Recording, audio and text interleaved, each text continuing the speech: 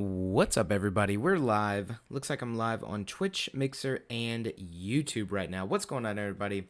It is Tuesday night, 9:47 on the East Coast. I am nearly 2 hours behind my desired time to stream, but that's just kind of life right now. That's life with 2 kids. It's a life with a wife, and that's the life of somebody who doesn't professionally stream every single day. So tonight we are playing Braid, and if you've been following along, it's a really awesome puzzle game, and part of what I'm doing is collecting puzzle pieces, and you can kind of see there are 5 different puzzles that are on the screen right now, and I need 3 more pieces from just 2 of those 5 puzzles. So tonight, I'm gonna try and collect all 3 pieces. Once I do, up here, there are 2 more pieces of the ladder. You can see kind of what to me looks like a blue and a red piece of the ladder. Those pieces will come over here and complete this ladder, and I'll be able to go up to the attic, presumably to do a final world in the game. I'm not 100% sure, but that's kind of what I'm guessing. So here's world 4. I need 2 more pieces in this, and yeah, I mean this is an incredibly fun game, but one that requires quite a bit of thinking. Requires the use of time. Okay, let's see. So, shoot. I actually think that I need to go do the other one first.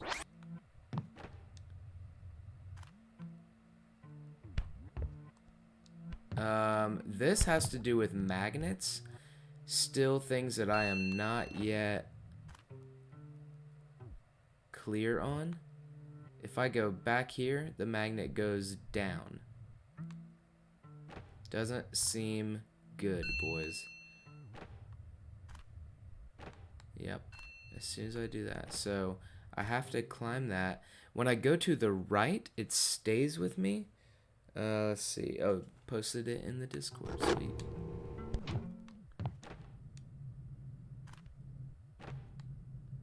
When I go right, it stays with me.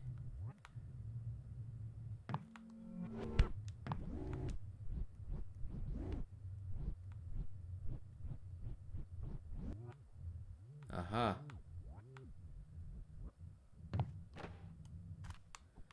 Dang. Okay, that is interesting.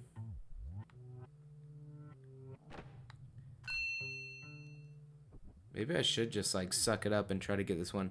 Hey, what's up, Christian? How you doing, bro? Dude, I literally just saw your message that you sent me where you were like, what is Braid? Okay, so if I do this.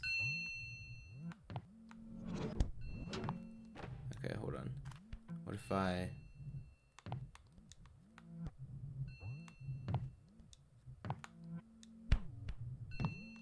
What did I do?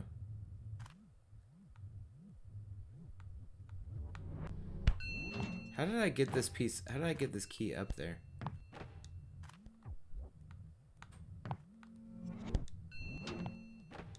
Maybe if I don't jump?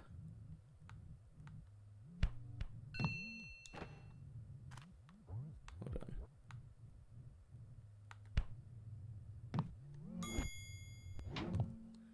Alright, so he can take it over there. Dude, this is insane. Nice little football emote. Dude, what do you think about the Super Bowl matchup? I think it's pretty awesome. Obviously, I wish that my Ravens had made it.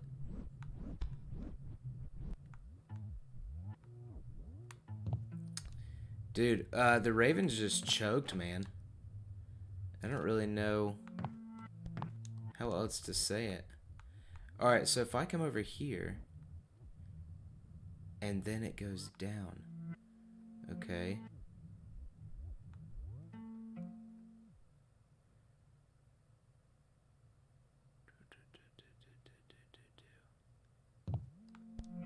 Okay. If I get the key here, and I take it up, somehow I have to...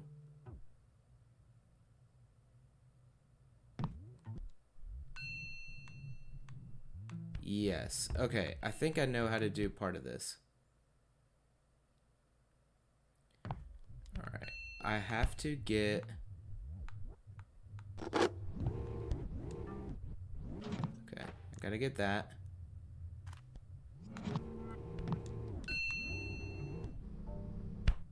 Okay, and then I have to do that. What do we have here? Somebody just subscribe? Hey, what's up, Sam? Subscribe for 5 months, currently on a 4-month streak. Yo! Dude, thanks so much. I can't believe you're awake, bro. Am I coming to the leadership thing tomorrow? Of course, dude. It'll be me, Brentley, and Georgia. It's fine. The Titans were really good in the playoffs. They were super good, bro. What's his face? Henry was just running over everybody. Alright, so if I do... No. Okay, I need to kill this guy. No! You dingleberry. Dude, I think that in the end, after the Ravens got eliminated, I was rooting for a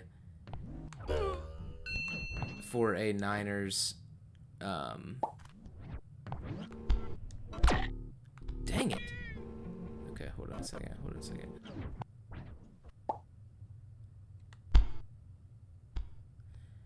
I was rooting for a Niners, Chiefs Super Bowl. Like, I think that's got to be the best one. Okay, because if this guy carries it, it doesn't seem to matter which way he goes.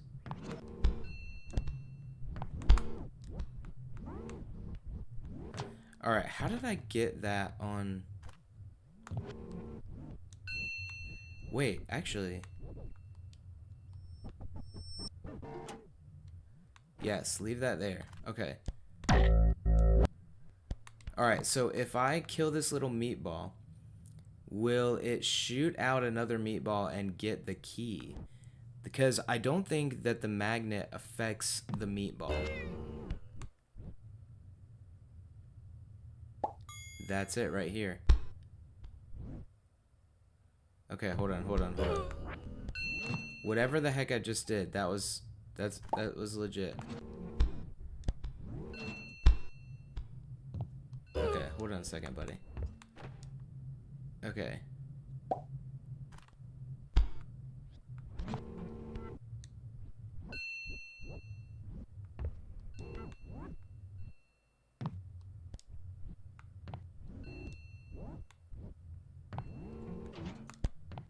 Alright, hold on. Nope. Come here, little meatball. Alright, I gotta get it to stop up there again. Dang it. Not like that, dude.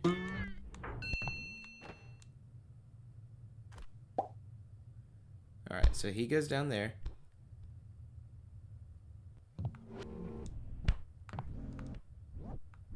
Right there. Okay. Alright, let's kill the meatball. Let's see. How long am I gonna play Braid for? You mean like until I play a different game? I was gonna play something different tonight, and then I just got on late, and I was like, probably not many people are gonna be on anyway. And I only have 3 more pieces until I unlock the final map or world, I guess. So yeah.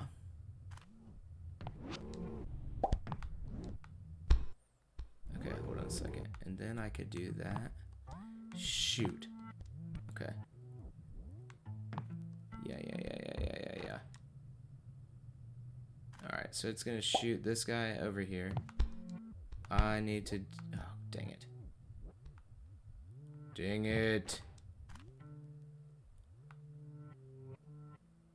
shoot. I gotta get the key all the way back over there. Okay. Let's go right here. Alright, I think we're figuring this out, though. You are the next Marshawn Lynch. I wish you were, Christian. That would be amazing. I would love to know the next Marshawn.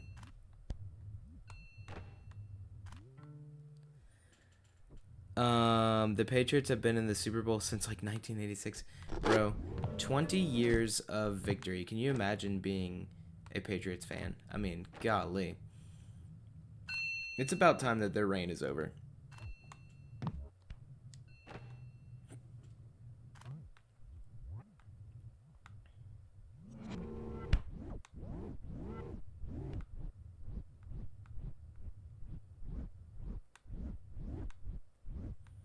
Okay, how about I put it right there? Okay, okay.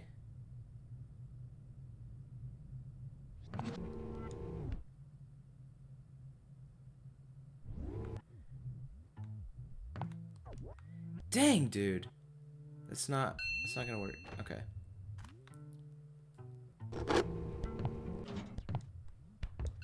Alright, so I'm trying to get these little meatballs to get a hold of the key, okay? And then...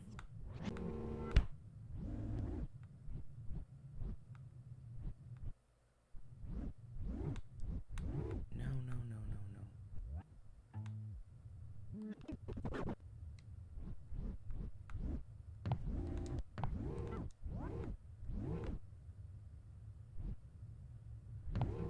Okay, well, actually... Let's do that, yeah.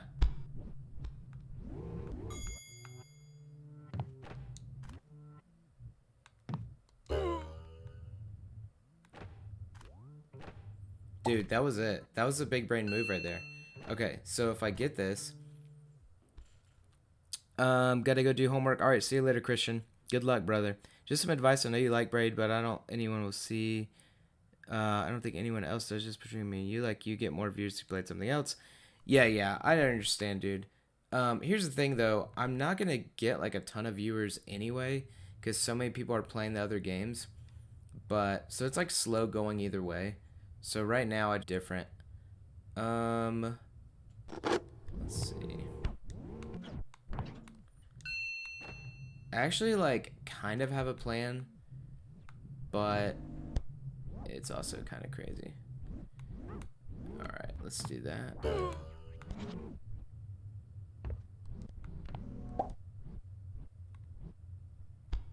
No, come on. There we go.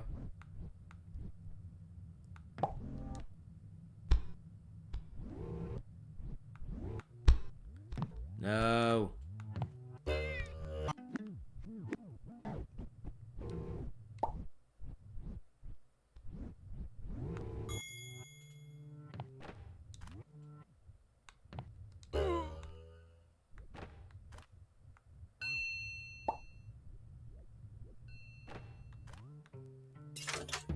There we go, baby.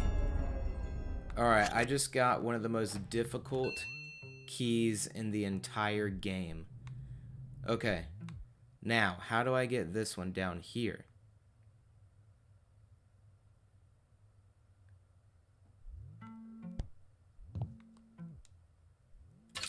So if I do this, I open that.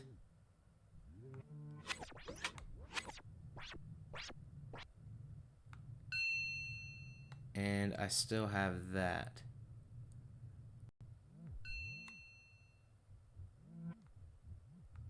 Okay, hold on.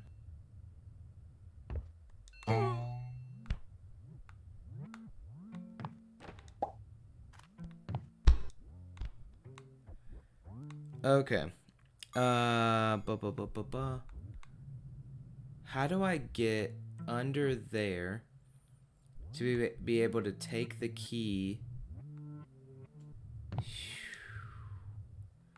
Now this is probably the most difficult one.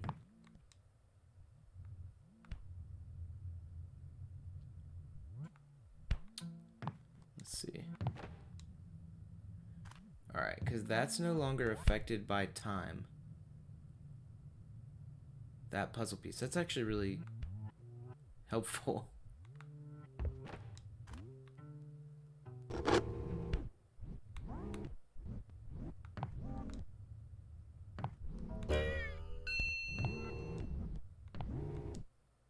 What the heck? Oh, weird.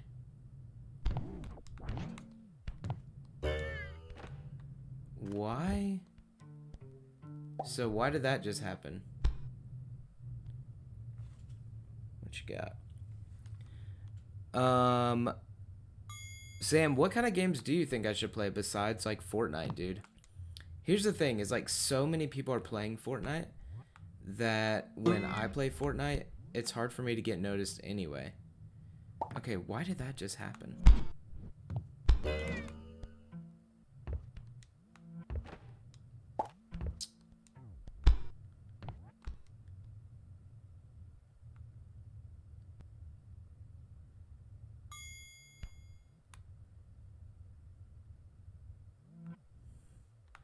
Alright, so he can go and carry it. What's up, Boxy? Dude, I am getting bamboozled.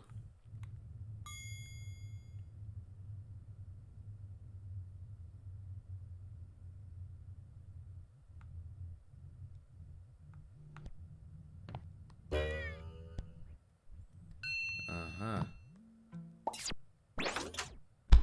Alright, check this, boys.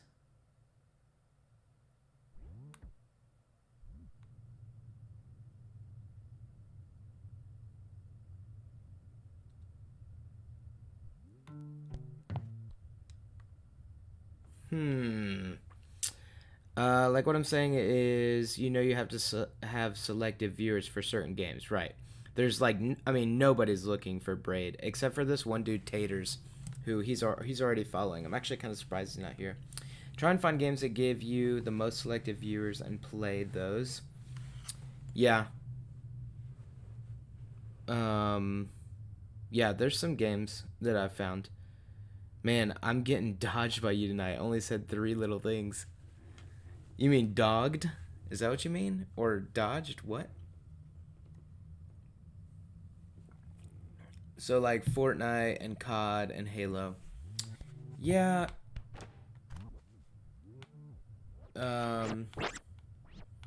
It's hard, man. Alright, let's see if I do something. Wait, what? Okay, hold on. What? Why did that just happen?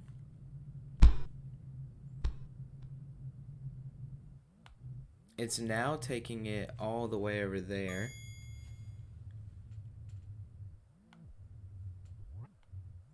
Maybe even just like new games. Yeah. Alright, so I have that.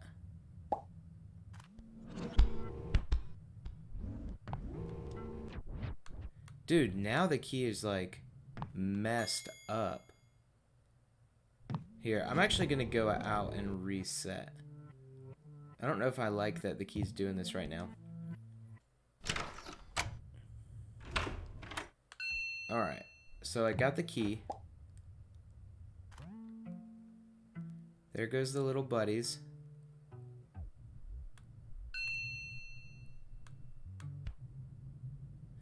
Okay, one thing I'm wondering is if I...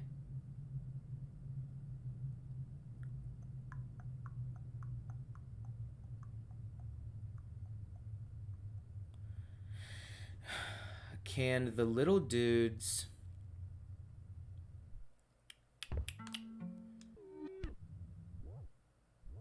What?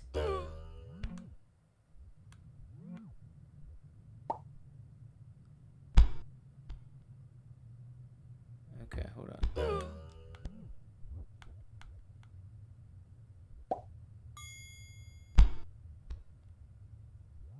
Okay, he cannot open it that way.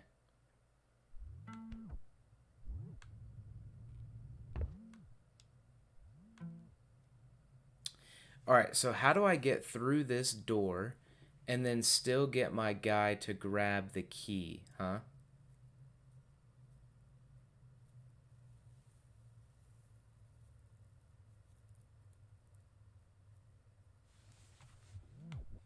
Okay, hold on, hold on, hold on. All right, wait.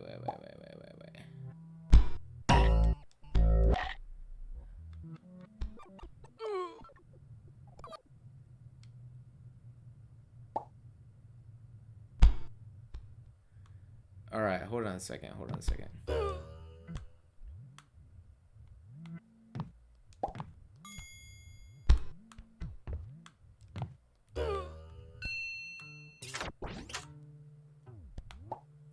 Okay, but if I go, yes, yes, dude. Oh, we got it figured out. All right, we're beating this game tonight, boys. We are beating this game tonight. Come on.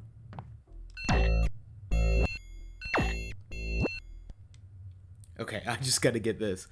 And some thoughtful insight. Some thoughtful insight from Sam. I don't know what I mean half the time. I got to get a dictionary. Nice. Maybe more like Madden and 2K.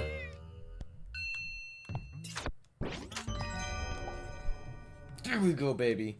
Oh man, that is so stinking rewarding. That is so rewarding, guys. You don't even know. Okay, it doesn't matter. I can exit this world. Holy cow. All right, we've got one more puzzle piece to get, guys. And then we will go to the, I guess, the final round in this game. Not. I think that there's a world up there. It might just be like final cutscene or something. There we go. Solved World 4. Oh, dude, that feels so good. Okay, now this last one I think is going to be difficult, but I think I just completed the most difficult one. I had a dream. Wow, Boxy out here trying to get some Martin Luther King Jr. inspiration going. So Sam, yes, I need to play the popular games. But here's what you have to find, is you have to find the popular games that are not only being watched by the top guys. So, Taters, dude, you'd be proud of me if you've been watching. I just got the 2 hardest pieces according to you. I also need to update my emote, Sam. That might help a little bit. But so I need to find games where everybody's not watching like Tim the Tatman play.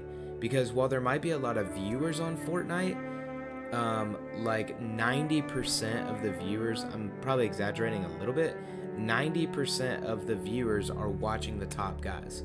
That means that 10%, let's say, are going to be divvied up to everybody else, which is nothing. And so there's literally thousands of people streaming Fortnite at any given time. So it's just hard to get noticed. Madden is kind of the same, where there's a decent amount of people watching and a decent amount of people streaming.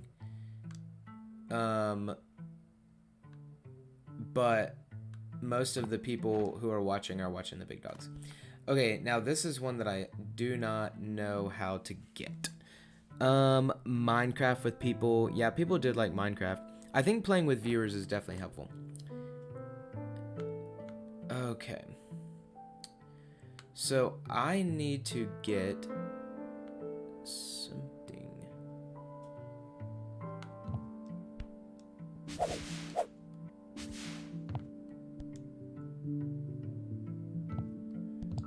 Okay.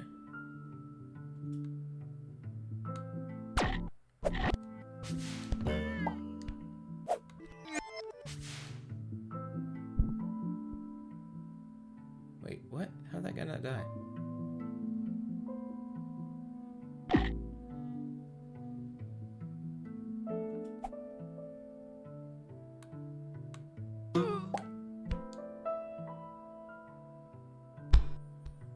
Okay.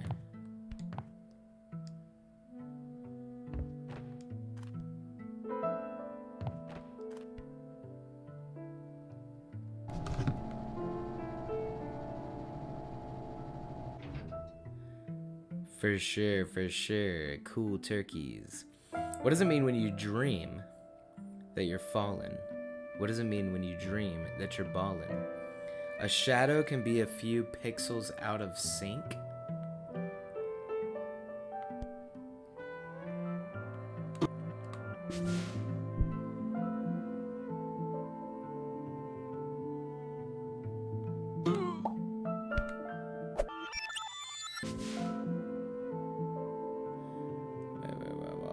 Wow.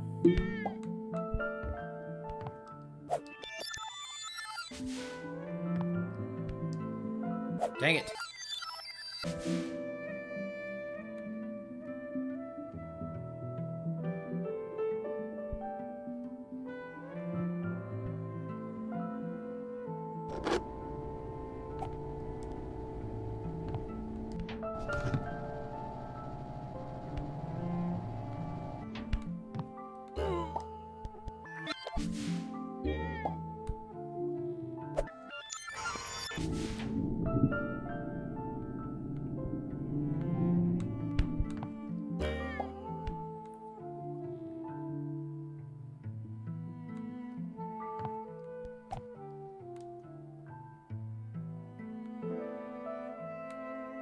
Oh, Dookie.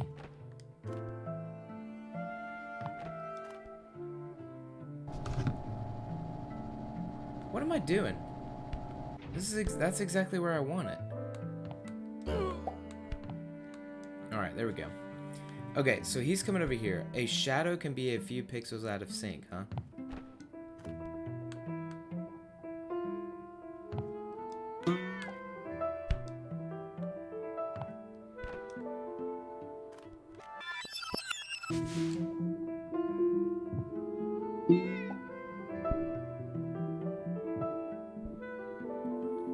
Alright, so I think I understand what you're saying, Taters. Maybe like the new Star Wars game? Dude, I would love to play that game. I need to get some quiche for it.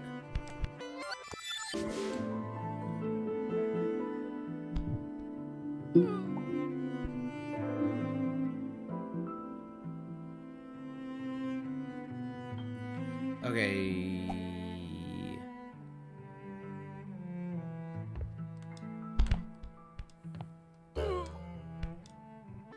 Yeah. It's not really registering with me right now, Taters. Wait, what? Alright, so he falls down here. No,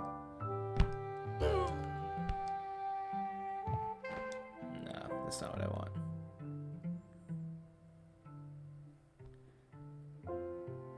What? Fatty on the run with a Twitch Prime, bro. What is up? Look at that. We got a new Twitch Prime sub, I do believe. So we're up to 4. I think it says 5 on my screen. But it's actually 4 from what I'm seeing behind the scenes.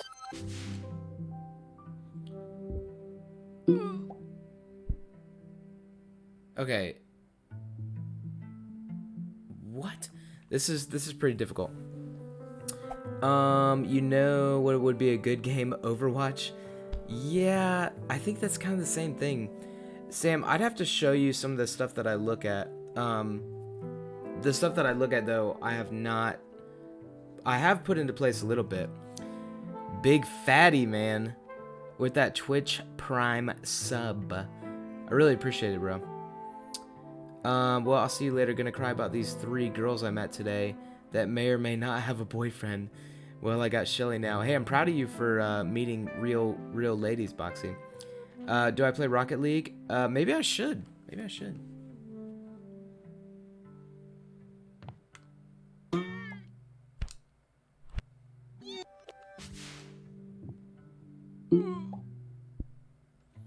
I feel like that's what I'm supposed to do right here, right? Am I supposed to, like, get a running start? Does that help? Let's see.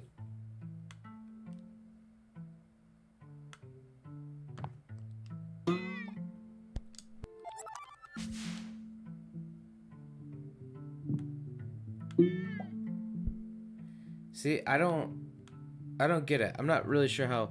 If you're gonna play Rocket League with viewers or friends, just not by yourself. Yeah. I would definitely play it with people. I'll get on and play. Dude, let me. I don't actually know if I have it downloaded right now. I may need to re-download it. Let me check. Yep, I need to re-download it. Let's see. Hello. Rocket League.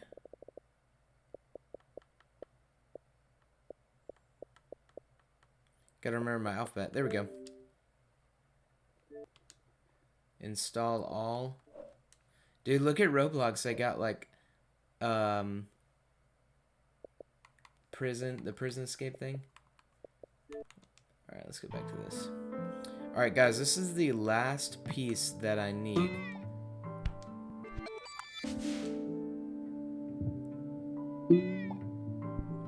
He's not...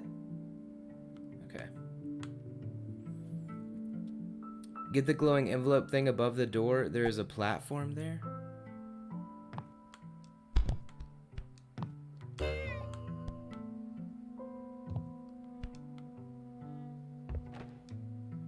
The glowing envelope above the door.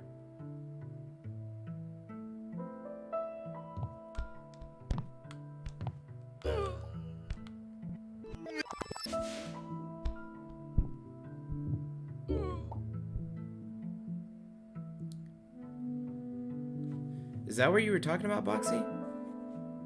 I mean, gosh, Boxy, Fatty. Am I gonna stream Fortnite this weekend? I'm not sure. I definitely will stream Fortnite again soon. Get the glowing envelope thing above the door. There's a platform there. I can't get there. I keep thinking that my shadow is gonna land on that platform. But he's not. Why?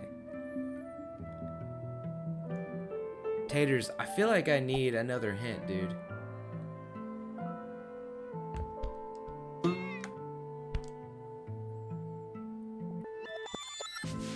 Alright, night, Sam. Taters, are you still in here?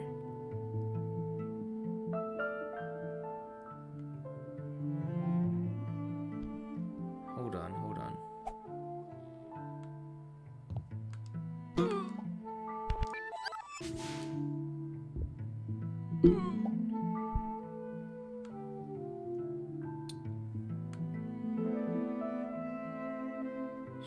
This is the last piece that I need, guys. Dang it.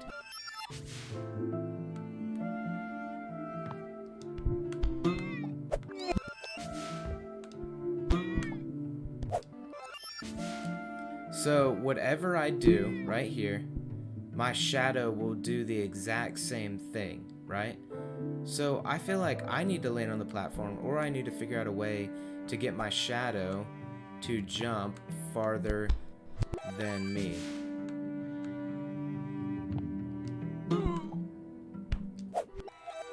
Like, if that right there isn't it, I don't know. I don't know, guys. Try weird things? Dude. Okay, can you answer this? Do I have the,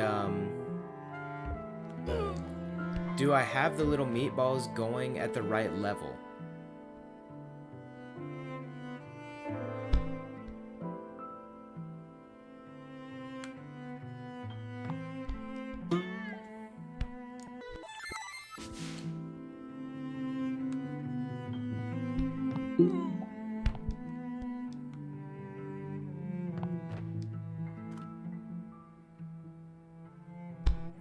What I kind of think that I have to do is like some sort of weird double jump.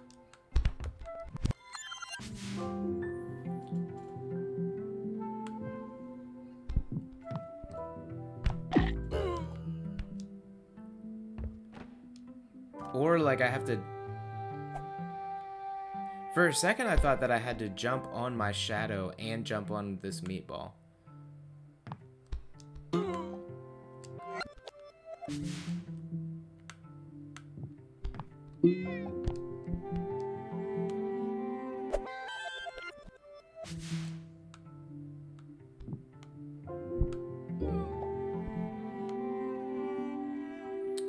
Alright. Okay, I do have the meatball going at the right level, okay.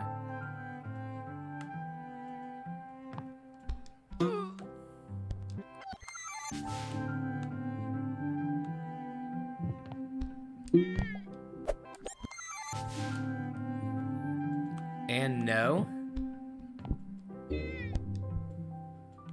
Depends what I want to do. Great, thank you. Oh boy. So are there multiple ways to figure this one out?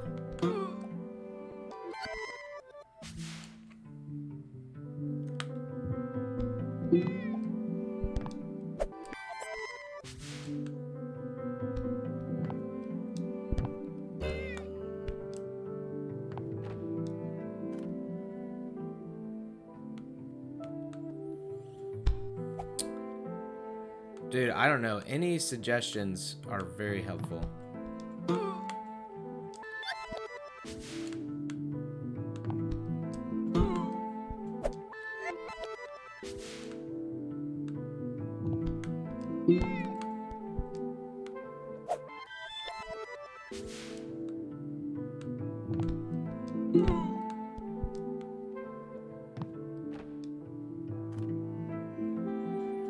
How much of this game will I do on stream? I'm trying to do the whole thing, bro. Like, is there a lot more?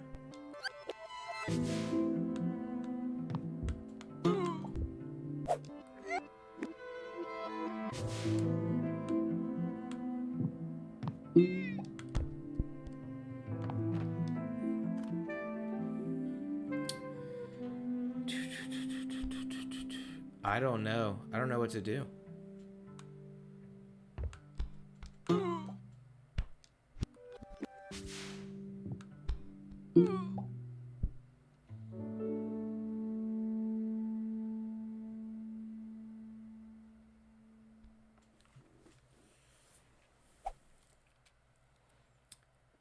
Why is this one so hard, dude? Can the creature go up a level, or can I pick it up? No, I can't pick it up, and so it's coming out of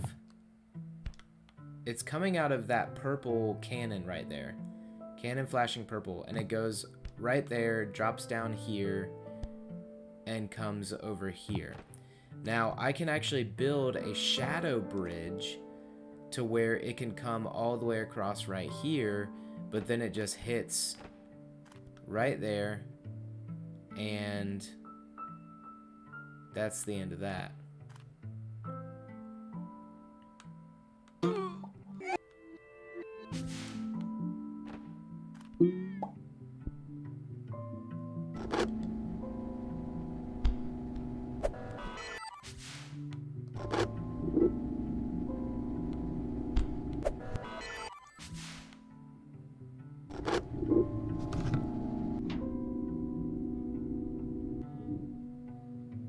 Wait, is that dude really still alive? Give me a break.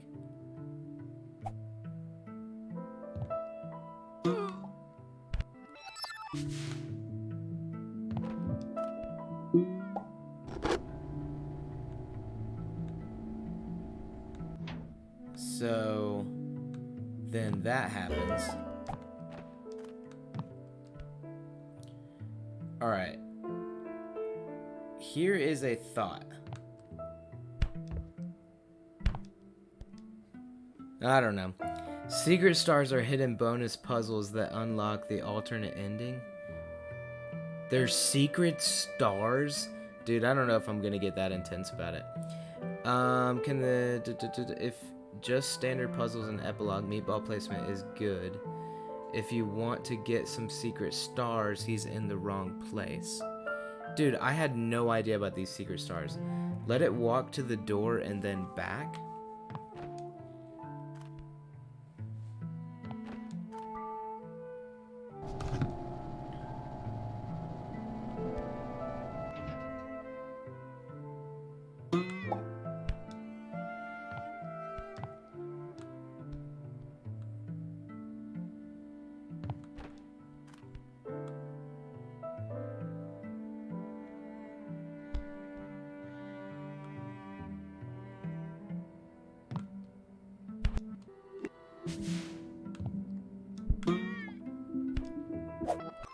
You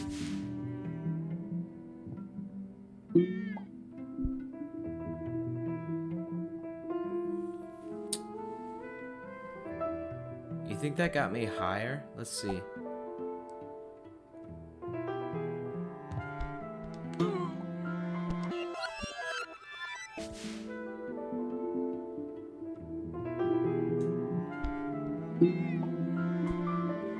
Dude, this is frustrating.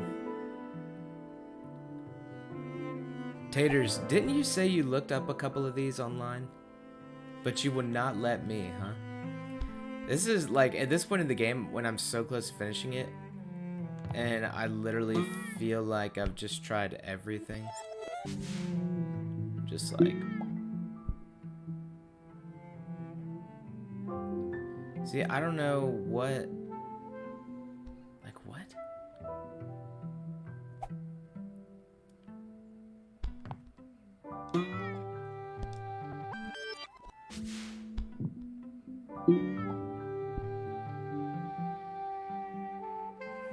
I really feel like somehow, someway I'm supposed to double jump, but I cannot figure that out.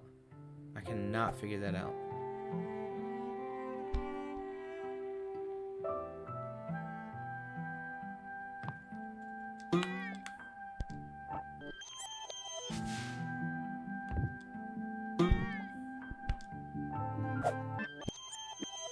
Alright, so if I kill him before my...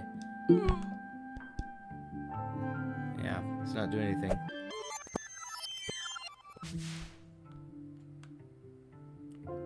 Alright, little meatball.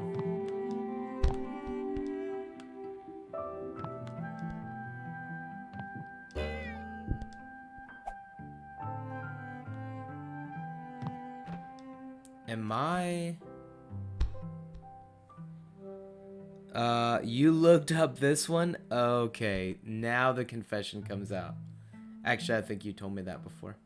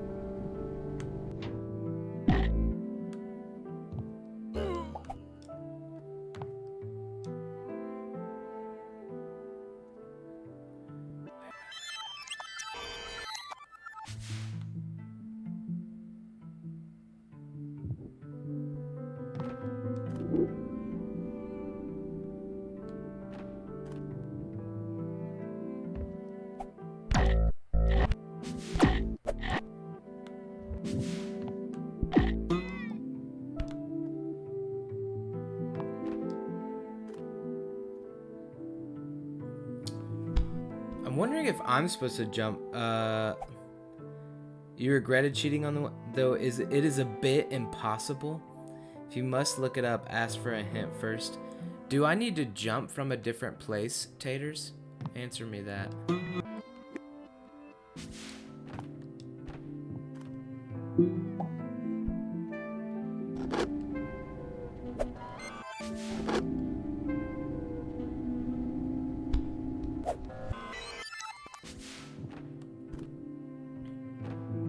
Nope, that's not what I want.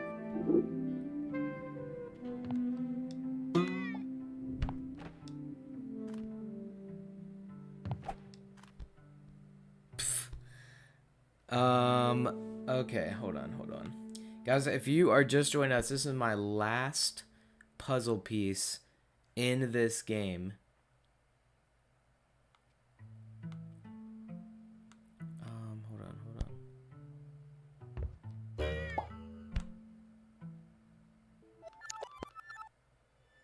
No, that's way too far back.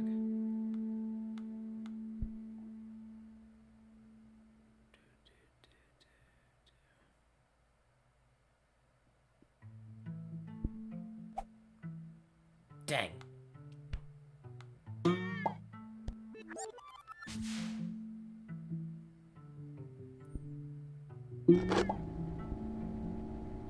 Alright, so he goes across there.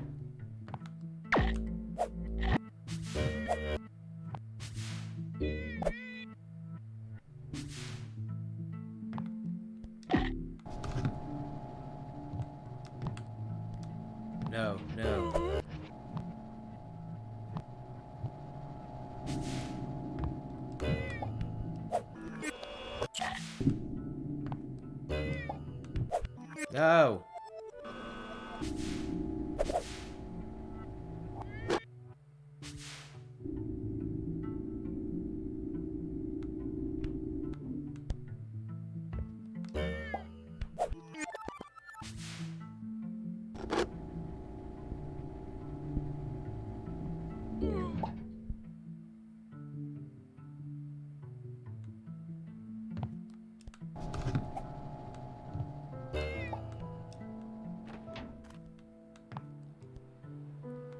Alright, what if I jump from here?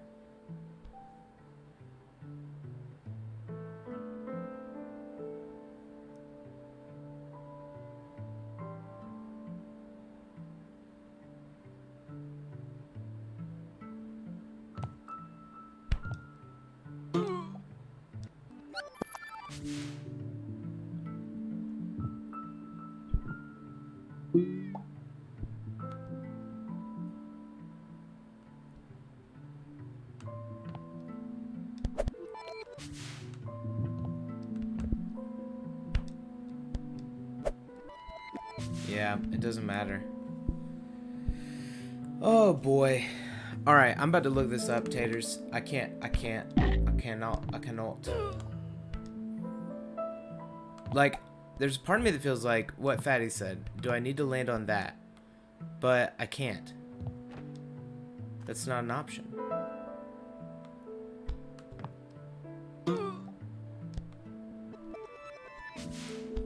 Right? So even my shadow. Can my shadow land on that? No, he cannot, apparently. This is the most frustrating. I felt so good about being able to solve all the other ones, though.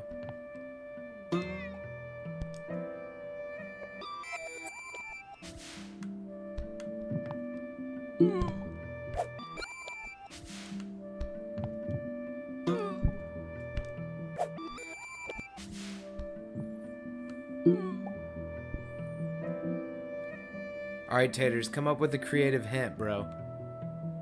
Creative hint. There's no hints in this game, right? Nope, no option for that.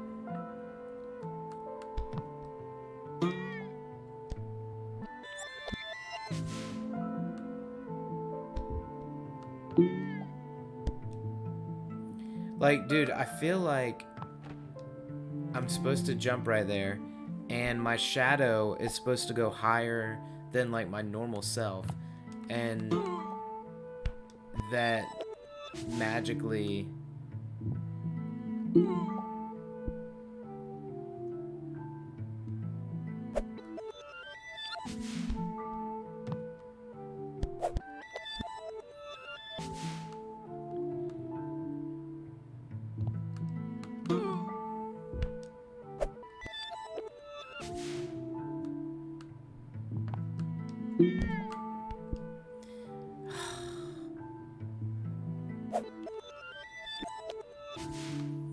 Get him up there.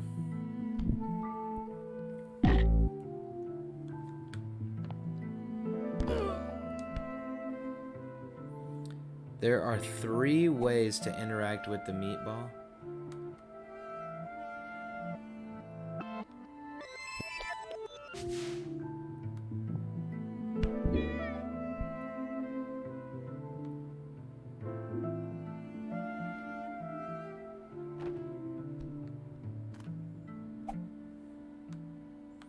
Directly.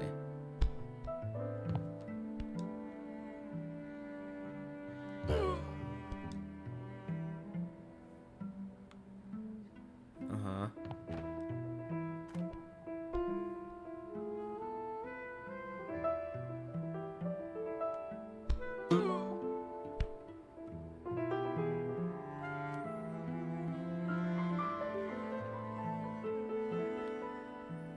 Okay, the first one is jumping on him.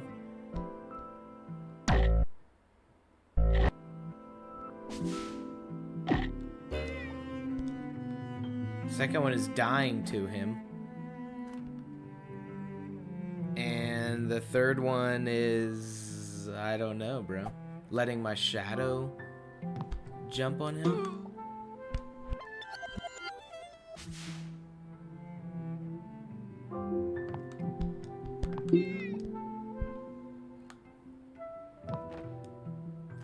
Bro, this one's so sketchy. I feel like they did us dirty on however you have to solve this one.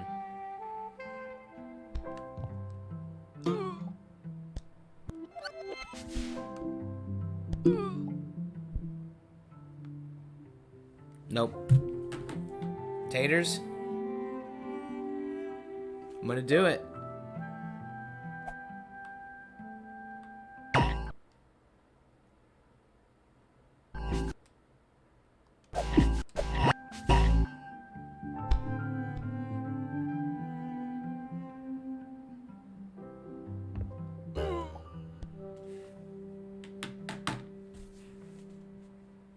Taters. Did I really just solve it?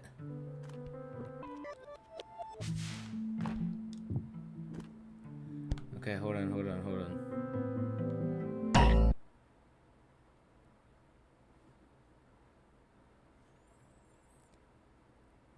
I literally just solved that. I was grabbing my phone.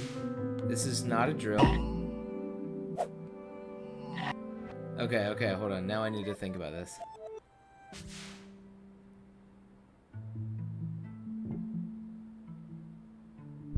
Okay.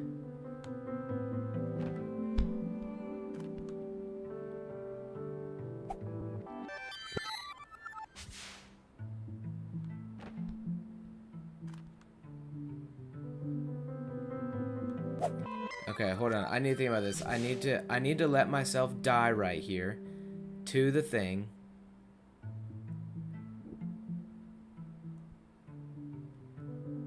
This is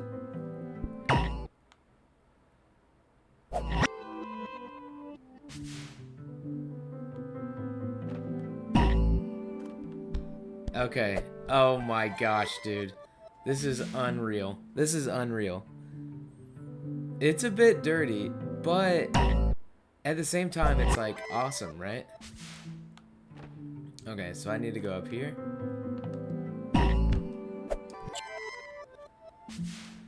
Oh man, now I just gotta get the timing right. Oh my gosh, dude. I feel so much better than if I had looked it up. Dang it! Now I can't get the timing right. Come on. Dude, that would actually... No, it wouldn't be good.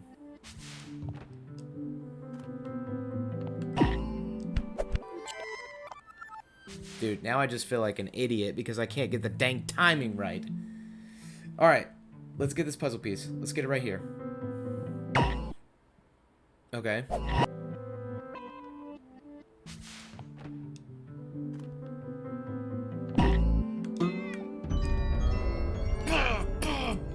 Come on. Let's freaking go.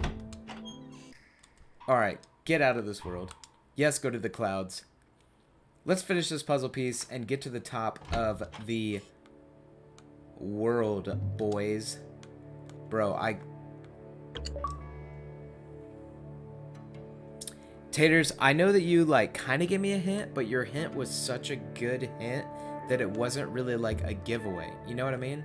So, I'm feeling pretty good about not looking up any of these. Guys, I had grabbed my phone to get it. And my guy was sitting right under the little meatball. And that's the only way I figured it out. Like, pure... Oh my gosh, dude. The ladder is complete. We are in the attic. Oh no, what's happened? At a cafe on a bright plaza, most customers sit back, feeling the warmth of the sun, enjoying their cold drinks, but not Tim. He barely notices the sun, doesn't really taste his coffee. For him, this corner affords a good view of the city, and in the teeterings of the passers-by, in the arc of a shopgirl's hand as she displays tea to an interested gentleman, Tim hopes to see clues. I just needed a clue from old Taters. It is now, we've been playing for right at an hour. It took me an hour to get 3 puzzle pieces. That night at the cinema, fictitious adventurers lunge implausibly across the screen. So this is World 1. I kept wondering where World 1 was. because we had 2, 3, 4, 5, and 6, but this is World 1, okay? Lunging plausibly at the screen, the audience here is mixed. Some are patrons of the cafe, now sitting excitedly in the plush chairs, eager for new flavor, for distraction from the boredom of their easy lives. Other seats hold fishermen and farm workers, hoping to forget their toils and rest their hands. Tim is here too, but he is scrutinizing the gloss on the lips of the screen, measuring the angle of the plume of a distant helicopter crash. He thinks he discerns a message. When the cinema closes and most of the audience strolls down the plaza to the south, Tim goes north. People like Tim seem to live oppositely from the other residents of the city, tide and riptide flowing against each other. Tim wants, like nothing else, to find the princess, to know her at last. For Tim, this would be momentous, sparking an intense light that embraces the world, a light that reveals the secrets long kept from us, that illuminates or materializes a final palace where we can exist in peace. But how would this be perceived by the other residents of the city in the world that flows contrariwise? The light would be intense and warm at the beginning, but then flicker down to nothing, taking the castle with it. It would be like burning down the place we've called home, where we played so innocently as children, destroying all hope of safety forever. Dude, what is about to happen?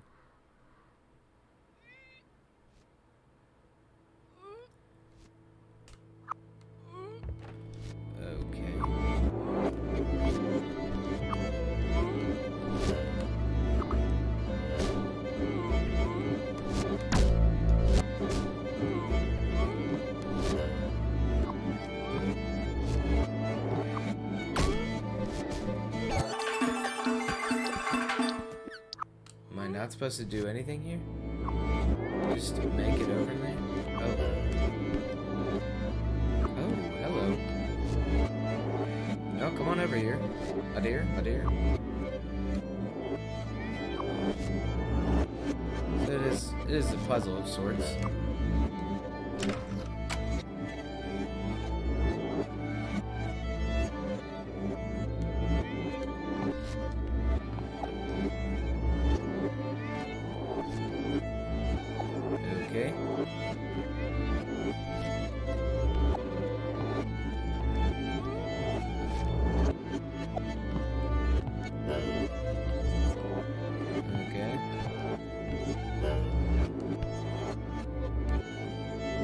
What are they about to do? Uh-huh. Uh-huh. Oh my gosh.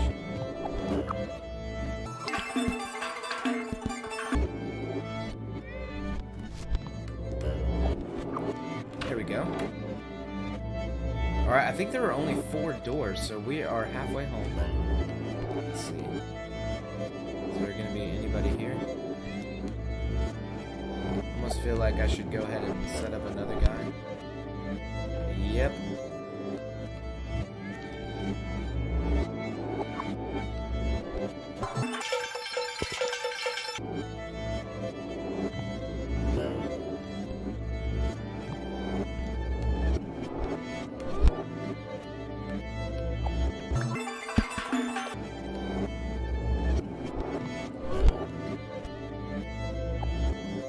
Oh boy.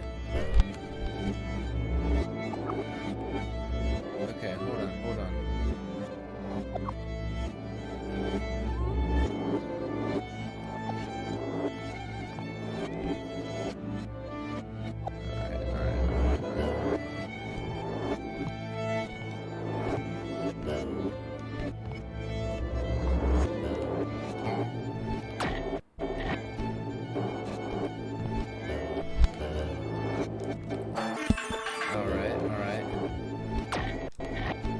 Couple of bounces, couple of bounces.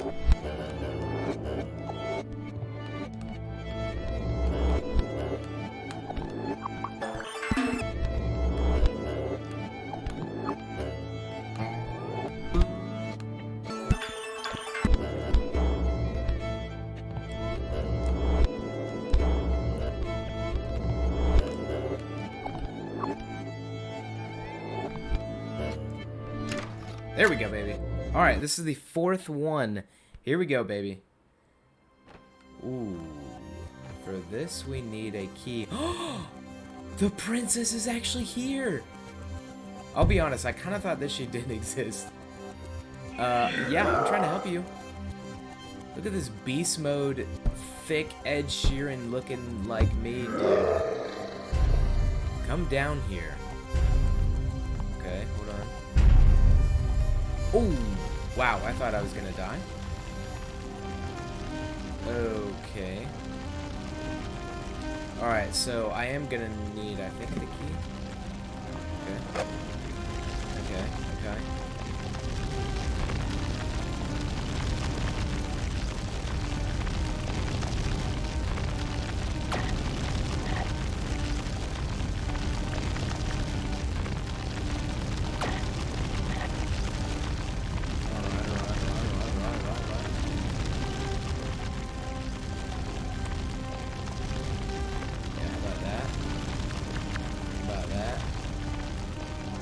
That. Okay, okay, okay.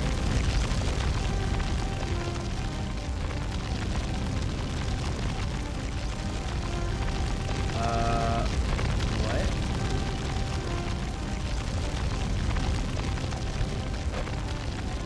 Wow, dude, the princess is coming in clutch for your boy.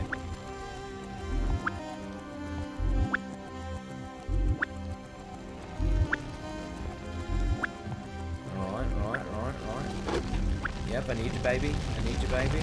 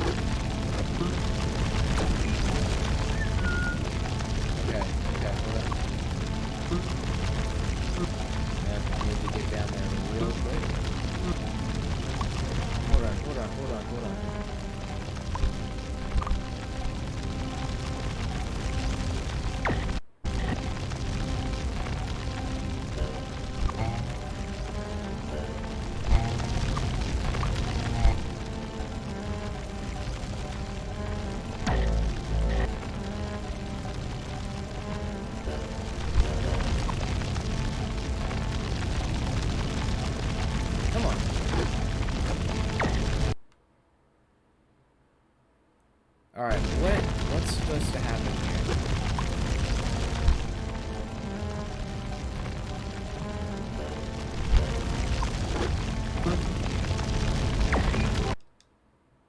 What hold on a second. What is supposed to happen here? This is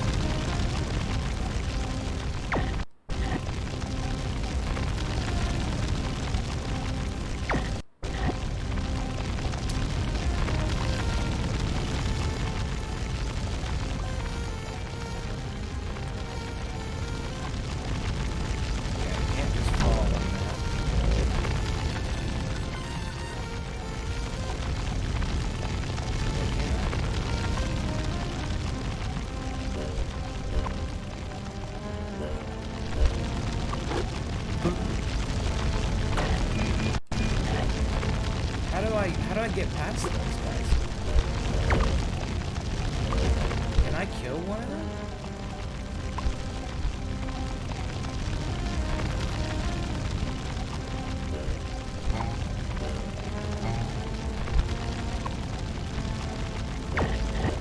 Ooh, you have to time it like perfectly.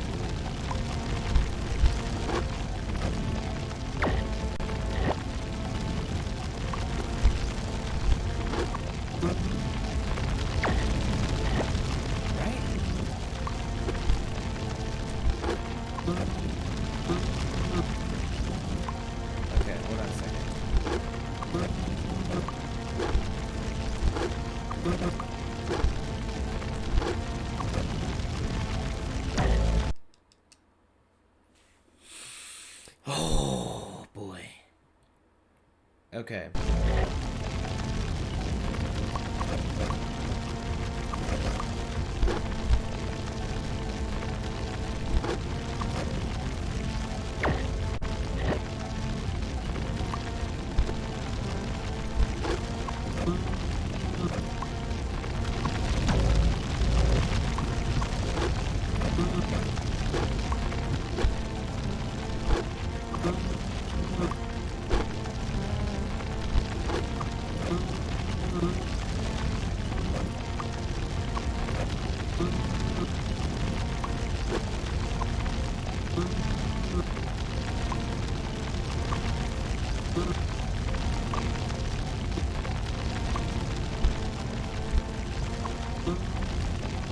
Come on.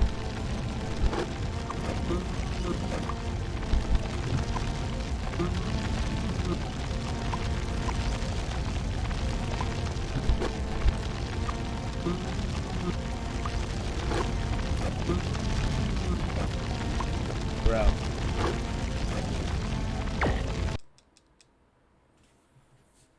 Taters. All right.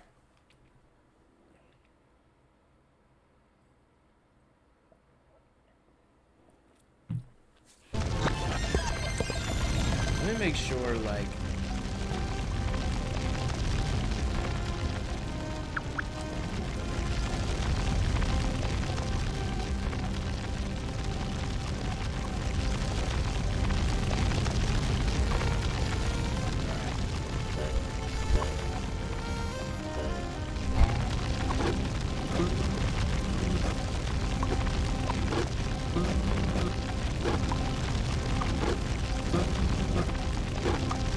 It's gotta be so perfect, dude.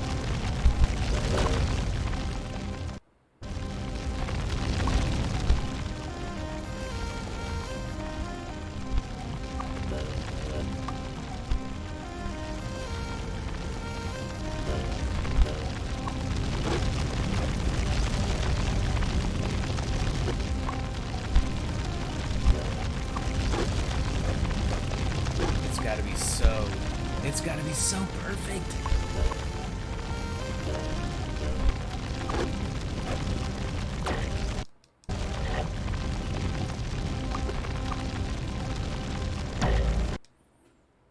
Time for some COD. Enjoy it, dude. I'm getting probably as frustrated playing this, if not more, as you are watching it.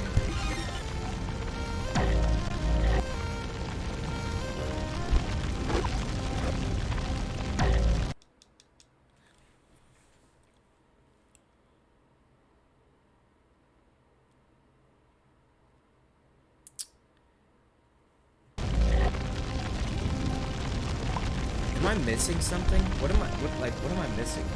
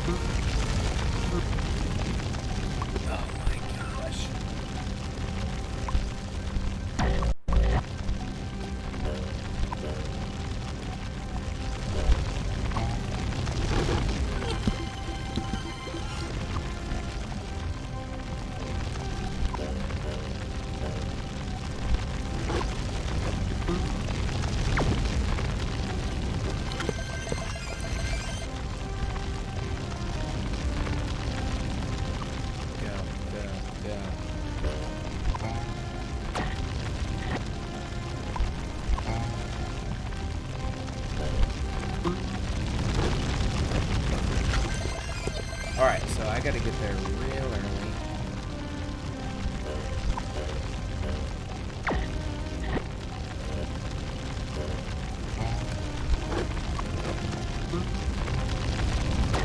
Why? Why is that not working anymore? Oh my word, dude. This game is immensely rewarding and equally frustrating.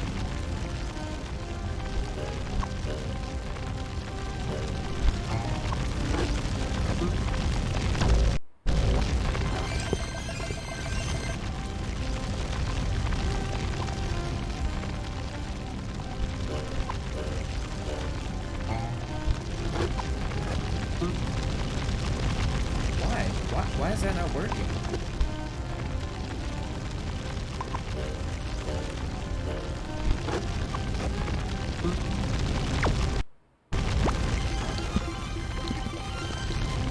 What did I do wrong, dude?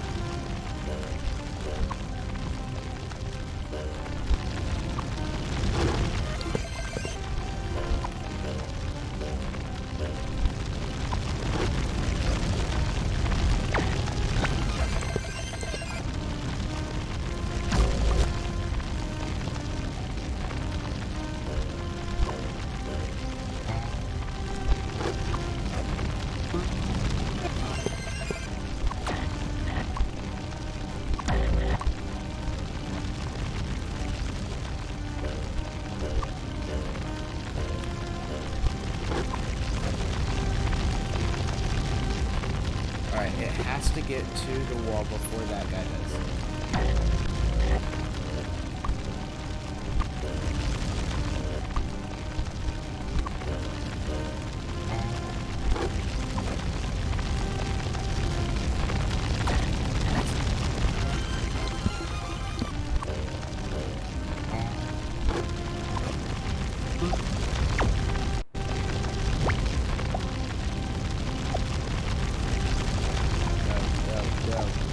Oh my word.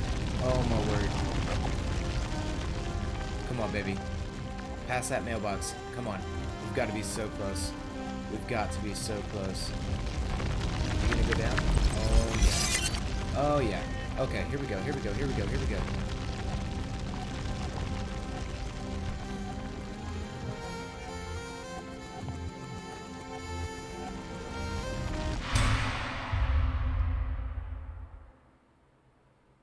She's sleeping.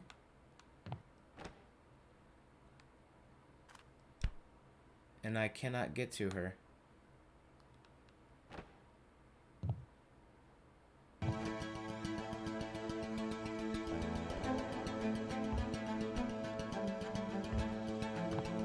All right.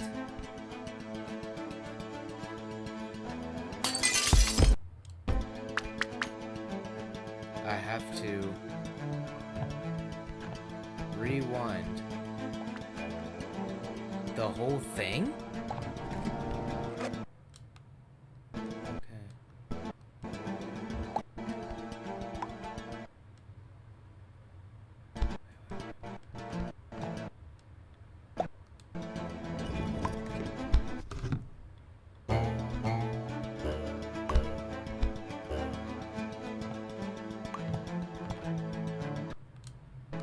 Because I can't control him right now.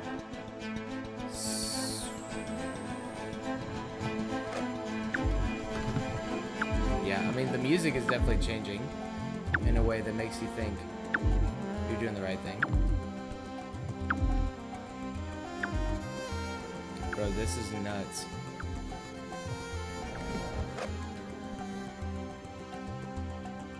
Had to trust my girl right there that she was actually going to push the button.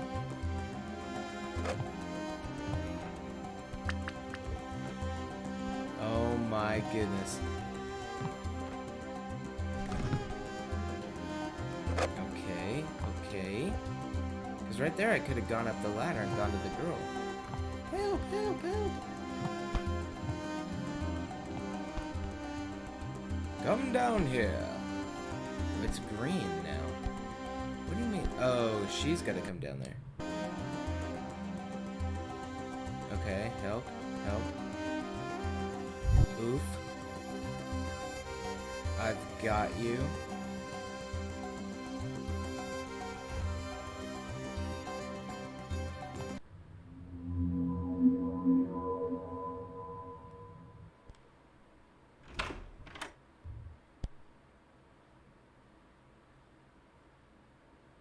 What?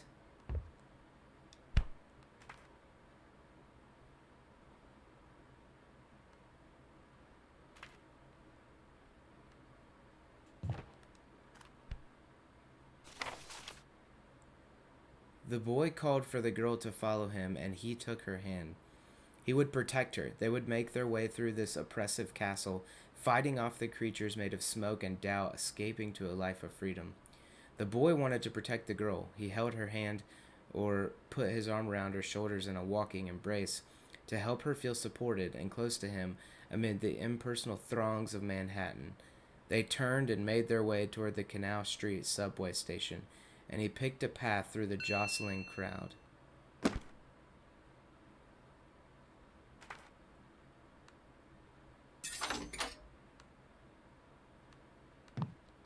Dude.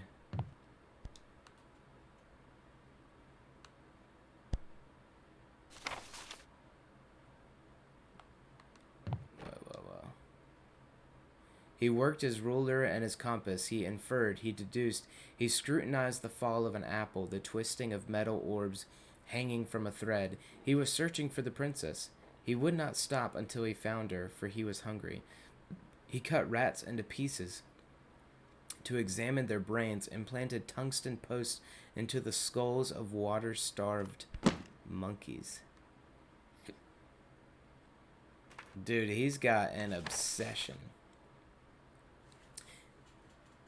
He scrutinized the fall of an apple, the twisting metal orbs hanging from a thread.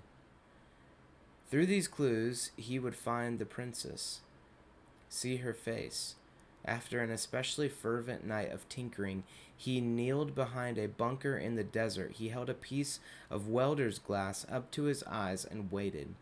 On that moment hung eternity. Time stood still. Space contracted to a pinpoint.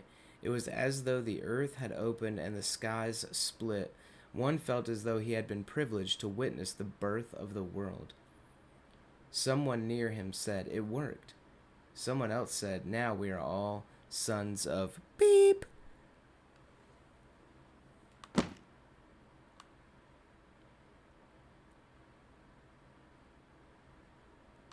feel like I probably should be looking at the background of this.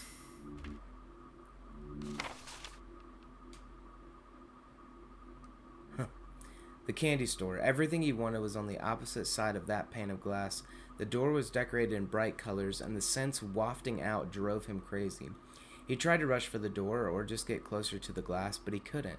She held him back with great strength. Why would she hold him back? How might he break free of her grasp? He considered violence. Dude, that's interesting. The one time that he wants to get away from her.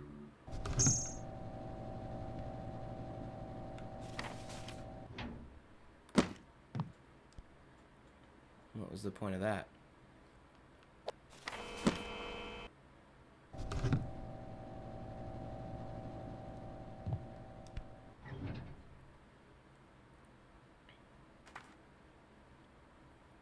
He cannot say he has understood all of this. Possibly he's more confused now than ever, but all these moments he's contemplated, something has occurred. The moments feel substantial in his mind, like stones. Kneeling, reaching down toward the closest one, running his hand across it, he finds it smooth and slightly cold. He tests the stone's weight. He finds he can lift it, and the others too. He can fit them together to create a foundation, an embankment, a castle.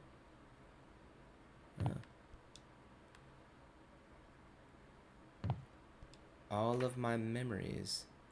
To build a castle of appropriate size, he will need a great many stones, but what he's got now feels like an acceptable start.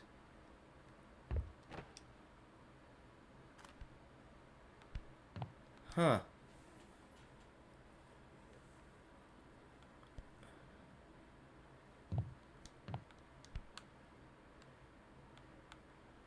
I finally found my castle, huh?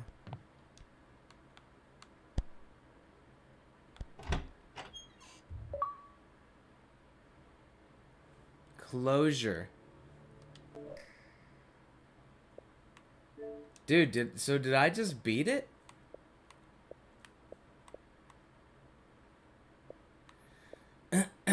Let's see.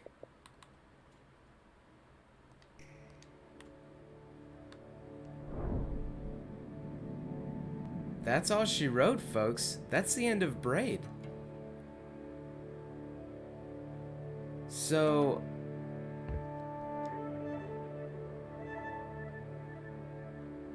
what?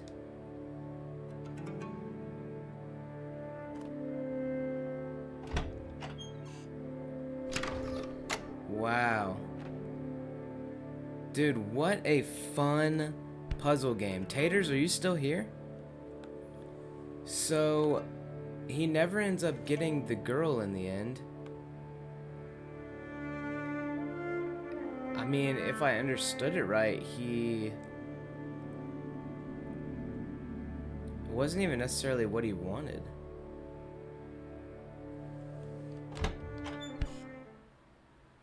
The epilogue. Can I read these or no? Is that what I have to find the stars for, is to read those little bits and pieces?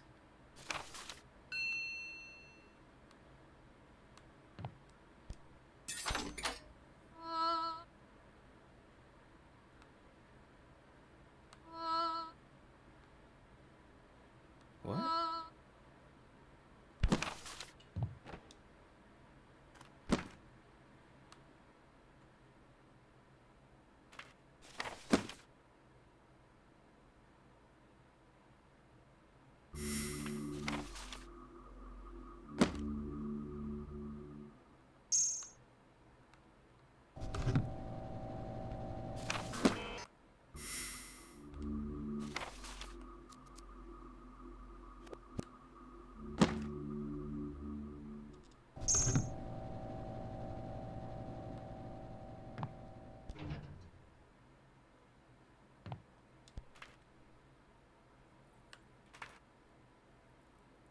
Castle embankment.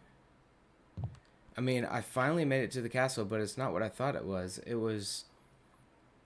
My castle was more built out of my memories, right? Lag is real. Is my stream lagging? It's not fun.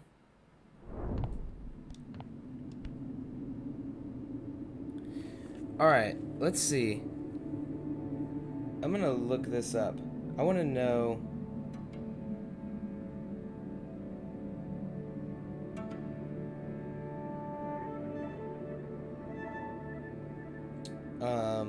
let's see. I want to know the meaning behind Braid. Meaning behind Braid, the game.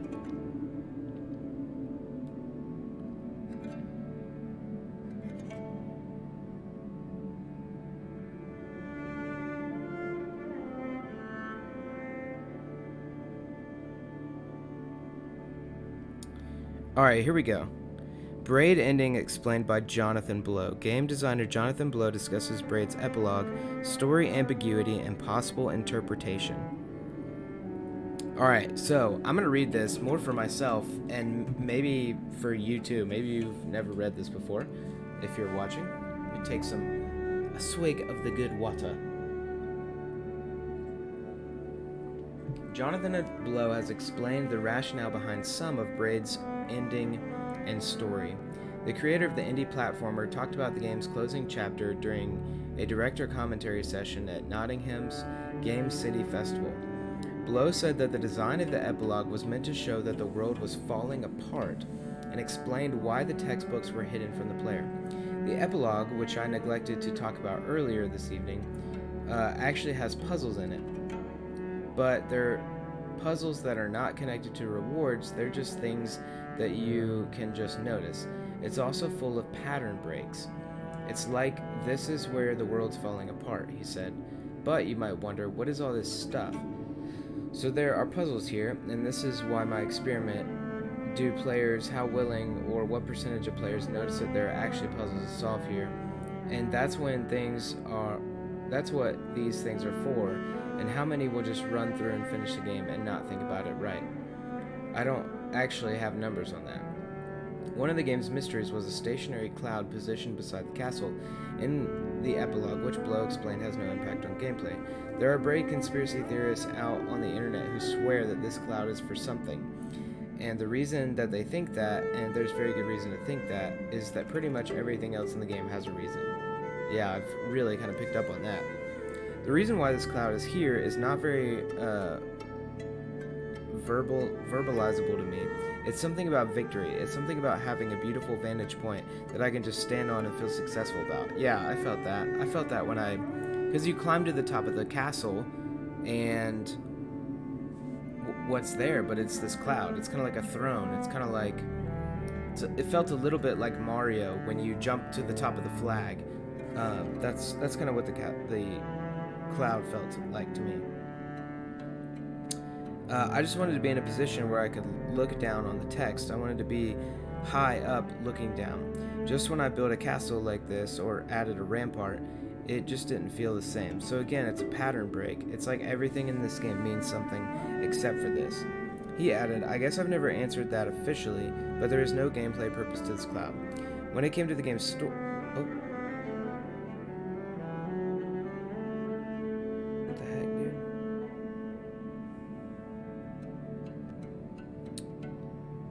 Some weird ad popped up. Meaning... Okay, let's try that again.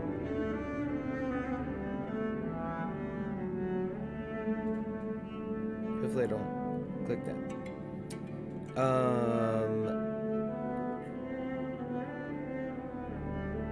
I guess when it comes to the game's story, Blow confirmed that a quote from J. Robert Oppenheimer on the birth of the atomic bomb was in the epilogue, but said it was a small part of an overall picture. Okay, so that was that quote that we read. I'm not really talking that much about the story, but that quote is most certainly in there. It's something to take into account when reading the text, but how much does it come into the actual story? It's a very tightly focused game. I spent 3 years working on details. Nothing in this game is there by accident, and that includes all the story pieces, but that's all of them, right? So I feel like when someone takes one of them and decides to say, this is what the game is all about, they're sort of neglecting a lot of the other ones, which I would not recommend. Blow admitted that he couldn't directly answer an audience member's question about whether the story was designed to be open to interpretation.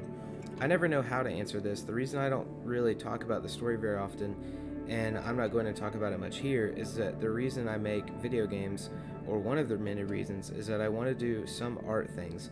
I'll say art, right? And what I want to do is communicate certain feelings, situations. Those things for me are very hard to verbalize.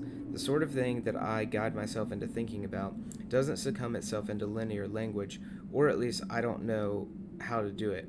Even though there are text bits in the game, I think about the game as the whole thing, that it's some kind of envelope that I'm trying to express, or points at it in different places and in different directions. What the game is about is that space in the middle that you could maybe get to by contemplating all these things. Maybe not get to, right? Whether people get... It's so funny how he talks. Whether people get there or not is up to me. Probably there are things that I could have done better, but I don't know what they are, even to this day, years afterward. So this was written in 2010, or said in 2010, and I think that the game came out in 2008. So a couple years, well, probably like at least 3 years since he had finished the game, because the game's finished before it releases, right? You sort of use the phrase, is it the sort of thing where I mean for anyone to have their own interpretation or whatever? You can't stop people from having their own interpretation. That's a fact of the universe that we live in. So it would be foolish as an artist to try and dictate people's readings. It's counter to reality. At the same time, you have a reading that you intend, and I think that the more complex what you're doing is, you have some idea in your head about how much people are going to get. Yeah, so things are up into interpretation at all times, because that's just like the nature of who we are as humans. But what he's talking about is original intent, right?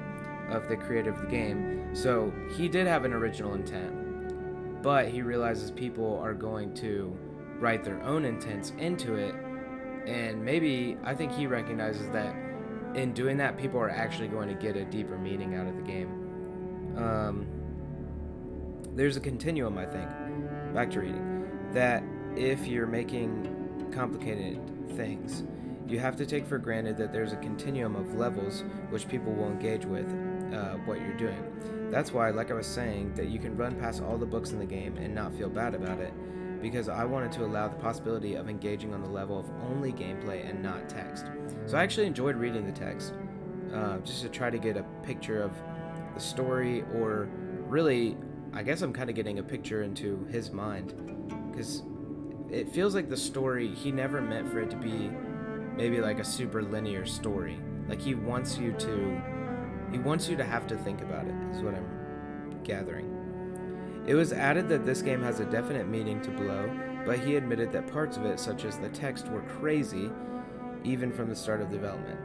The game means something very definite to me. It's not a linear story kind of thing. I literally just said that, dude. That is crazy. I literally just said that before. This is the first time I'm reading this. It's an unverbalizable concept kind of thing, but those story elements contribute very heavily to that. That's why I really wanted them to be in the game, despite the fact that it was kind of crazy, he said. You know, in 2007 and 2008, when the game was going to ship, I made all these design decisions in 2005. I mean, a successful indie game in 2005 was like Gish, that sold 5 to 10,000 copies. I don't even know what that is. Indie games weren't legitimate. That's I don't know what Gish is. He knows what Gish is. Maybe you do too. Indie games weren't legitimized nearly like they are now, and so to do an indie game and then pile all this text on for a culture of players who don't want to read probably was a really weird thing to do, but I felt like it was really important, that it was in the seed of the original idea of the game. Braid was released on Xbox Live Arcade in 2008 to critical acclaim and was followed by ports to PC, Mac, and PlayStation Network. That's literally it.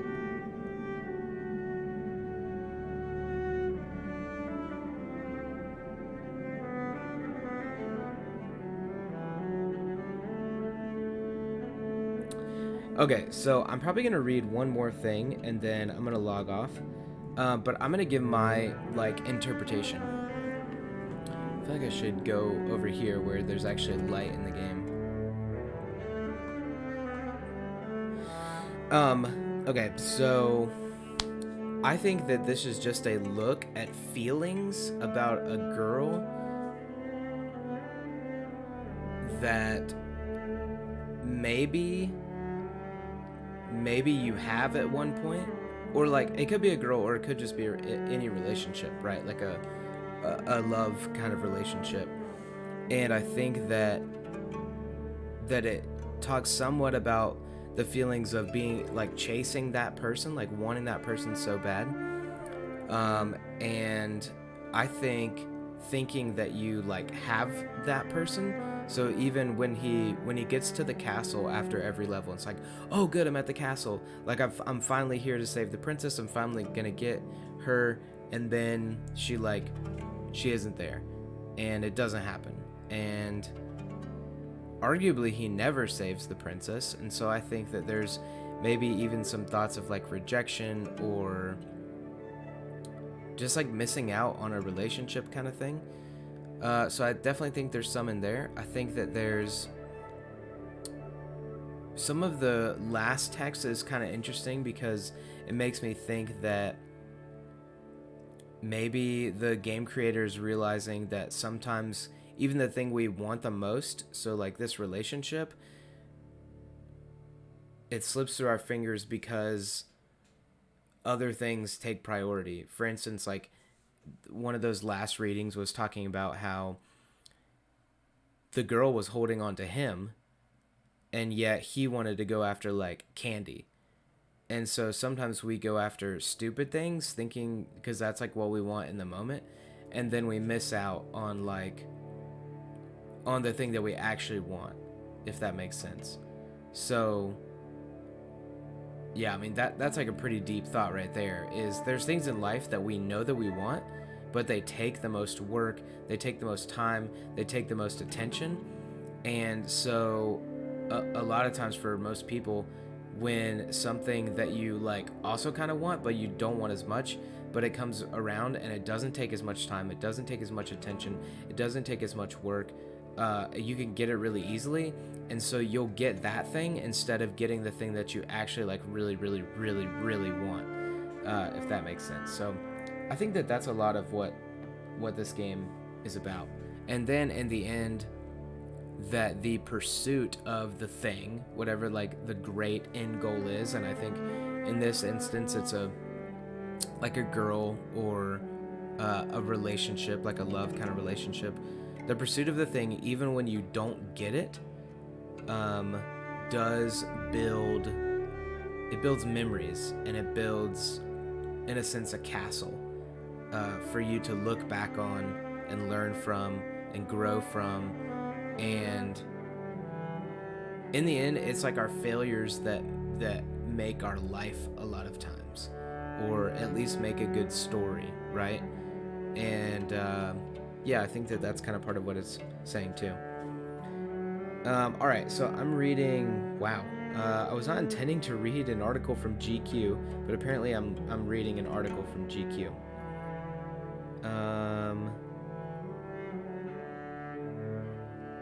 So this is just about Braid in general, I think. I don't know if this is going to tell us any more details about it. This was actually written in 2018, August 8th, 2018, so just 2 years ago. A decade after its release, I look back at the surreal, cerebral video game that openly challenged what a game could be. I mean, this game has some super loyal followers, even to this day, even 2020, so 2 years after this article was written. It's been a decade since Braid arrived on the Xbox 360 and set the video game industry ablaze, a surreal, cerebral, and defiantly retrograde project in an era of AAA releases. Braid immediately established itself as a buzzy critical darling and made its creator an instant millionaire. Huh. How did it all happen? In retrospect, Braid was perfectly timed to become an instant benchmark in gaming. As a timed exclusive on the download-only Xbox Live Arcade, man, those were the days, it represented an early shift from discs you'd buy at GameStop to files you download onto your console. It was also one of the first and most influential examples of a ongoing boomlet, I feel like that should be in independently developed video games, a still growing market, filled with many games that owe a debt to Braid's minimalist gameplay and dreamlike visual design. And Braid's earnest effort made an artistic statement that went beyond the bloody, visceral, often repetitive first-person shooters that dominated the market, made it a game that was championed by the medium's most forward-thinking critics. And that's a reason that, like Sam was talking earlier about playing games that people want to watch, or like playing games that people want to play with me. And to be honest, like, I enjoy Fortnite, and I enjoy Call of Duty, and I enjoy Madden. Like, I enjoy a variety of games. But sometimes it all gets repetitive, right? And this was a game that every world had new dynamics to it, and every world gave you a different way of thinking about the game, and that was really refreshing. And I think that that's what kept me coming back to it over and over again, and even made me like want to push to the end and want to like challenge myself to the end because of all the differences. But most memorably of all, there was Jonathan Blow, Braid's intellectual, highly opinionated, and occasionally very frustrating developer who brought an inherent seriousness of purpose to an often misunderstood medium. Blow collaborated with others for both Braid and its long-in-the-works follow-up The Witness, but the success of Braid positioned him as the first true auteur of the modern gaming industry. And the world responded accordingly. It was uncommon, and remains uncommon, for a video game developer to be profiled in a prestige publication like The New Yorker or The Atlantic. But Blow, having quickly established himself as one of the industry's big thinkers, offered a path to legitimacy for video games, an absurdly lucrative medium that rarely earns serious criticism. Blow also made a tantalizing subject for video game journalists, whose beat was often misunderstood or belittled by non-gaming readers, and it didn't hurt that he made for a great copy, tearing into industry darlings like World of Warcraft and Uncharted with genuinely sharp, incisive criticisms. Wow, so he was kind of like a dude who was pushing back on the industry. It's kind of cool. I have a lot of respect for people who take on big behemoths in any industry, it doesn't matter, and really kind of question the status quo. You got to respect that. Blow's pet obsessions about gaming are baked into Braid, which is both a video game and a statement about what its creator thinks video games should be, which is clearly to like speak to real life issues or real life like thoughts and emotions, and I think it's good. I think he definitely did that. The game casts a player as Tim, a relatively normal-looking dude for a video game protagonist who wears a suit that codes him as a prep school boy or a businessman, or maybe both. Braid is a side-scroller, the genre popularized by the original Super Mario Bros., and Tim runs around the game's 38 levels. Dang, we did do a lot. Jumping on enemies and collecting puzzle pieces. The key gameplay hook in Braid is that Tim can reverse time. If you bump into an enemy or fall into a spike pit, you can hold a button and rewind for as long as you like. Death is impossible. That was a really cool piece of the game, by the way, that you can never die. Instead, the challenge comes from using Tim's power and contending with the new wrinkles introduced in each level to solve the game's fiendishly difficult puzzles. If you're interested in digging into the gameplay mechanics of Braid in more detail, I highly recommend blah blah blah. Early on, Braid tells you that Tim is trying to find a princess. Each level opens with a row of books for the player to read, which offer a short, thematically appropriate vignette to meditate upon while you solve puzzles. But the story doesn't really come alive until the climax. The big moment in Braid, the one that pushes it from an unusually artful puzzler into a game that feels like it has something to say, arrives at the very end, when Tim finally finds the princess. Very true, that was definitely the climax. He rushes forward, evading traps as she flees her burly captor above him. But when Tim finally reaches the princess, something weird happens. The game begins to rewind again, and as the whole sequence plays out again in reverse, it becomes clear that the princess has actually been fleeing Tim with the help of the captor, all along setting up traps in a desperate effort to keep him from reaching her. Huh. That's something interesting that I didn't pick up on. I did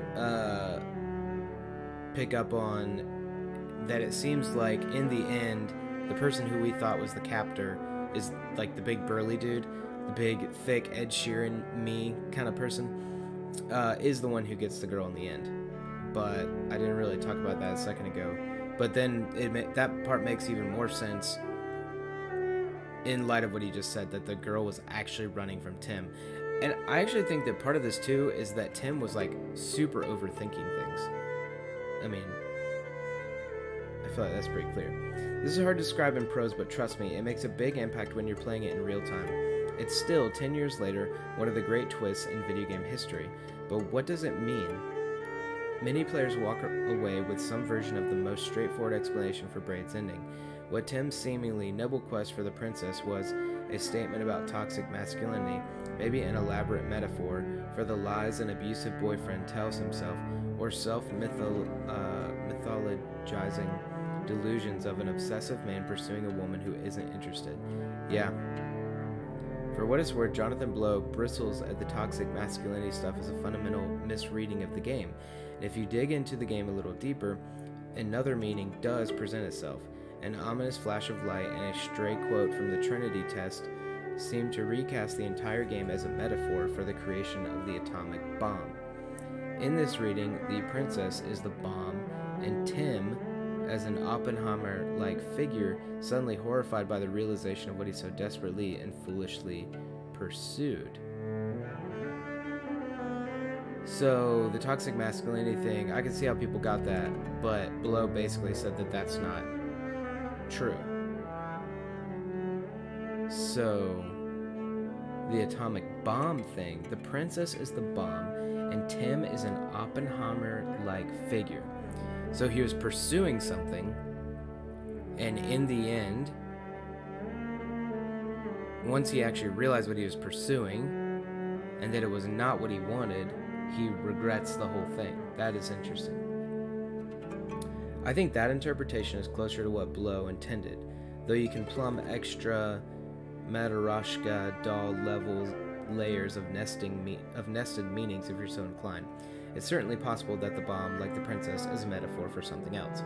But the fundamental obscurity of the climax is one of Braid's most interesting contradictions. Blow says he created the game to communicate a message important enough to me that I spent 3.5 years of my life trying to express it. He's also the guy who, having successfully captured an audience's attention with a very good game and earned a platform to stand on, staunchly refuses to explain what the game's message is supposed to be, even as he criticizes those who, he says, don't grasp it. Yeah, that's what I gathered from that last article that we read. That might sound like criticism, but it's not. Blow's disdain for taking the easy route is one of his most consistent and admirable qualities as a developer. He expects the player to solve all of his puzzles. The actual meaning of his story is clearly one of those puzzles, and given that it comes at the climax, maybe the most important one of all. But the risk of inciting the rage of Jonathan Blow, I still think the straightforward explanation for Braid is richer and more fully developed than the more complicated one he seems to prefer. As an elaborate allegory for the creation of the atomic bomb, or maybe for the heavy price that can come with acquiring any knowledge with the bomb as a metaphor, Braid is needlessly coy. But as a metaphor for the way video games often infantilize female characters, robbing them of their agency, and by extension, the way male gamers might imagine themselves as the heroes of stories in which their actions are actually selfish or deluded or even harmful, Braid's story feels even more potent today. If Braid had come just a little later, it would probably have been read by many as a meta-commentary on the Gamergate movement. Oh dang, this is like turning super political. Braid also plays more convincingly as a deconstruction of video games and video gamers because those themes aren't tacked on in a coda at the end, they're rooted in the gameplay itself. Part of the reason Braid is able to explore so many heady little detours is because the mechanics themselves are based on the widely beloved, famously accessible Super Mario Bros. On the surface, Tim's quest is functionally identical to Mario's. Travel through surreal landscapes, overcome bizarre challenges, and press on despite the friendly ally who appears at the end of every level to caution that the princess is in another castle. Your knowledge of the Mario formula is no small part of the reason that Braid's climax has such a haunting, subversive impact.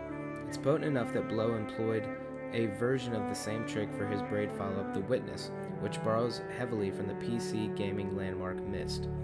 If Blow really wants to establish that video games are an independent art form, the interior self-reflectiveness of his games... Uh-oh. My controller died. Which remix Wink and challenge the key elements of the iconic video games that came before are a key step in the process. But postmodernism also tends to reject singular and straightforward readings, and Blow's strident obsession with telling gamers they have misunderstood Braid strikes me as the key flaw in his grand artistic statement.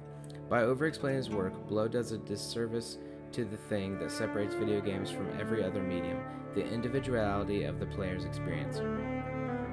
More than any other artistic medium, game developers need to become comfortable with the idea that gamers won't play their games as intended. unlike a movie or a TV show, in which every viewer has an individual experience of a fixed, unchanging work of art, every player approaches the game differently. We're deep into the era of speedrunning, when experts exploit a wide range of glitches to complete games much faster than developers could have intended. Video game plots tend to be more straightforward, but morality systems, dialogue trees, and optional side quests and pickups ensure that many players will finish the same game with a dramatically different understanding of its story. If Braid has one correct meaning, it's in defiance of the medium itself. And if you're going to challenge players to find the answers for themselves, you need to accept that they might walk away with answers you never intended. Alright, guys. That is it. Man, this was a really fun game. I would be willing to play a second one. It sounds like he made one called The Witness. I just don't know. Might have to look into how to get it. And I might just play some different stuff for a little bit as well. But yeah, I think that Braid there's a lot to it. I think there's a lot of different things that you can take from it, as much as there is author or creator's intent. The fact that he's like so sketchy about it is like, not to say that he doesn't have an intent, but I think it leaves plenty of room for us to kind of come up with our own things. So everything I said earlier, to me, like, that's a lot of what I took from the game. Even thinking about at the end that the girl is running from him, though, is actually running from Tim. There were moments in the game where you're reading what Tim's thinking and you're like, this guy's insane. Like, he's way overthinking everything. He's way too obsessed with this girl. And in the end, he didn't end up with her. And probably rightly so. So anyway, hopefully you have better luck than Tim in your love life. This is where I'm going to end the stream. This is where we are going to officially end the playing of Braid. I'm not going to search for, any secret stars or anything like Taters was talking about. Taters, if you're still there, I'm sorry. But I feel good about where we got and how much we accomplished, and just, really, we finished the game, right? So yeah, anyway, I will be back on Thursday. At least that is the hope. Hopefully I will start this thing a little bit early. I'll probably play something multiplayer so that people can join in.